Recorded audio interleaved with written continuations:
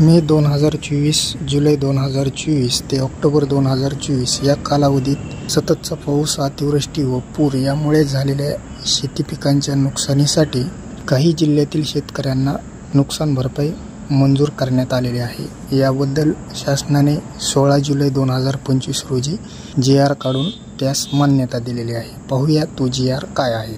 Subscribe now and press the bell icon. Never miss an update.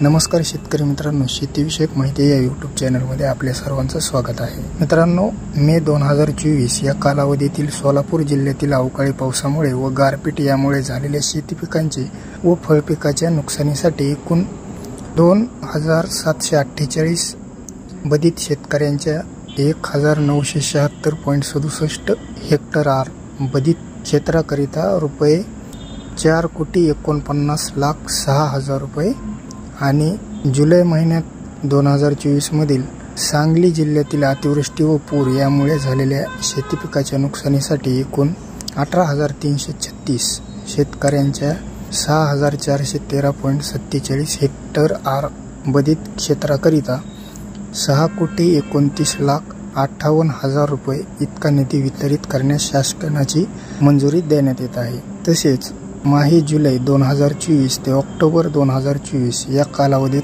Ahilyanagar जिल्ह्यातील सततचा पाऊस, अतिवृष्टी व पूर यामुळे झालेल्या शेती पिकाच्या नुकसानीसाठी एकूण 1,551 बाधित शेतकऱ्यांच्या 3,485.42 हेक्टर बाधित क्षेत्राकरिता रुपये 2,05,51,000 रुपये इतका निधी वितरित करण्यास शासनाची मंजुरी देण्यात येत आहे।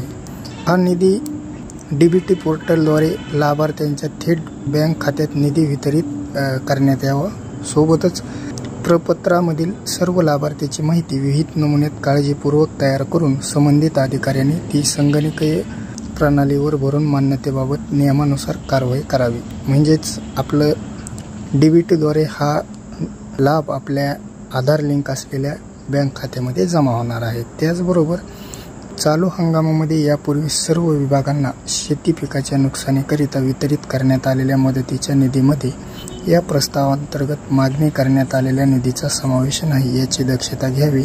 एका हंगामात एक वेळेस याप्रमाणे विहित दराने मदत देण्यात येत असल्याची खात्री करावी। GR जर आपल्याला सविस्तर वाचायचा असेल तर या GR ची लिंक खाली डिस्क्रिप्शन मध्ये दिलेली आहे, त्यावरती क्लिक करून आपण तो GR देखील डाउनलोड करू शकता।